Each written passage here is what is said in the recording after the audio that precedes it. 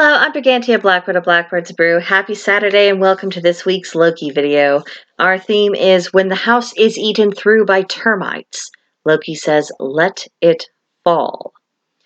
At what point has a structure suffered so much damage that the structure can no longer be repaired and needs to be torn down and rebuilt?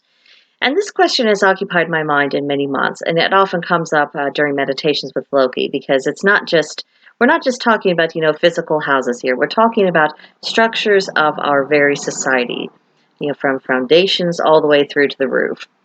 Like other people who share my concerns about the state of things, I don't want to be that person who just gave up and didn't take action to save things that warranted saving while they still could be saved. But I also don't want to be the person who refuses to face reality and just persists in a blind hope saying, if I just want things to get better, they will. That is just as dangerous and as costly, if not more so, as giving up when it's time to fight. Now, making these distinctions requires wisdom and a practical outlook. And I've been turning to the gods more and more about this, and Loki in particular for insight, because they've watched so many periods of history come and go. If anyone has valuable counsel on the matter, it is them. Loki is especially helpful because his very nature disrupts weakened structures that need to go. So he understands that sometimes the best thing you can let something do is just die and then go on from there. Now, emotional investment in the old structure does increase the difficulty of letting go when the time comes. Loki is returning to this theme with me over and over and over again because fears of collapse and hopes of healing are emotional impulses and they skew perception. The more upsetting a situation is, and the more important it is to cultivate a rational and practical point of view. Now, the beauty of what things were intended to be, that isn't diminished or invalidated just because the actual structure of what it's become has become compromised and has gone beyond the point of repair. Allowing what was corrupted to collapse and being brave enough to sweep away the rubble and to rebuild is an opportunity to create something new that reflects the beauty of the ideals you value in practice and not just as an illusion that people agree not to question. And there's always an after to even the worst of disasters. And it's an act of self-sabotage to now allow ourselves to think about, okay, what happens next? When faced with something horrible and world-changing and life-changing, the mind can rebel from a possible future that doesn't include the familiar structures and mode of being. This is a result of grief, and it's also part of going through the natural process of mourning. But we can't live in a permanent state of mourning and reject the healing process. And part of that healing is going to be taking on the challenge of what comes next and being determined to meet it. It's saying, well, what happened has sucked, but I'm still alive. Life is valuable. I'm going to go on. It doesn't necessarily feel good to do this in the moment, but it does lay the foundation of long-term well-being. It can be quite difficult to separate yourself from the hysteria of the crowd around you, especially when that crowd is not looking beyond the pain of the moment. It's lonely to be the person or to be among the minority of people who's focused on rebuilding when everyone else is still mourning for the old structure or pretending like, oh, it's still there, I can still see it, I can surely make it work. And then to dare give voice to these thoughts is practically an invitation to be told what a horrible person you are.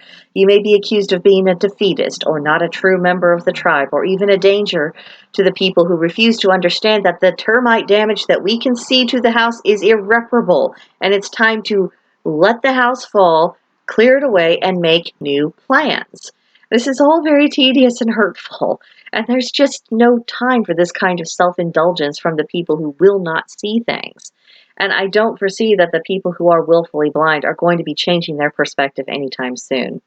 So the solution for this is likely going to involve growing a thicker skin and not assigning undue importance to other people's screeching. And Loki has been stressing how important it is to have a strong will, because otherwise people just end up caving into other people's emotions, and that creates outcomes that's even worse than the collapse itself. And of course, not everyone is going to survive the collapse of the house, especially when they insist on remaining in it when it's falling down around their ears. There comes a point when it's necessary to accept that not everyone's going to make it, and some of the people who don't survive are in that position because of their own choices. So investing time and energy on people who've made the decision that they're going to survive come what may, they are going to rebuild come what may, and also leaving room for people who are willing to come to that decision, that's going to be more productive. And we shouldn't be taking on the responsibility of people who are choosing to experience the destruction that they refuse to see coming and refuse to accept any warning about. And this isn't a lack of compassion. And we have to think about, where is compassion best placed? Should we have greater compassion for those who are determined to fall? Or should we have compassion for those who are determined to survive and rebuild, care about their well-being and what's going to help them and what's going to strengthen them?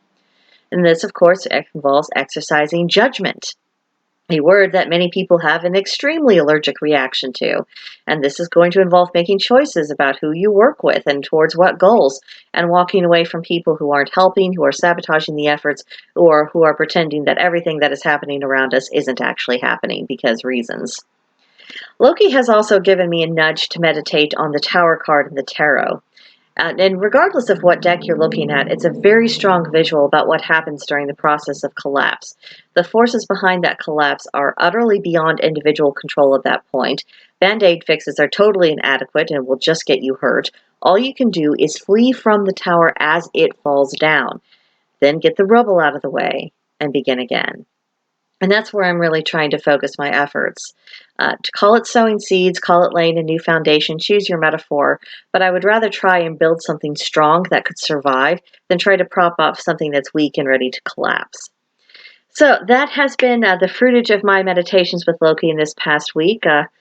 Who knows what he'll have to say to me in the coming week, but I'll be sure to share with you at the time comes. I would love to hear your own take about this and just how you are feeling about things in general, because we are going through a very interesting time. And sometimes it just helps to speak with the like-minded and what's going on. That can be strengthening to everyone concerned. So you can leave your comments down here below on the channel, or you can come see me at Blackbird's Brew to share your thoughts. There is a link to join in the description box below, and as always, please like and subscribe. I'll see you in the next one. Bye.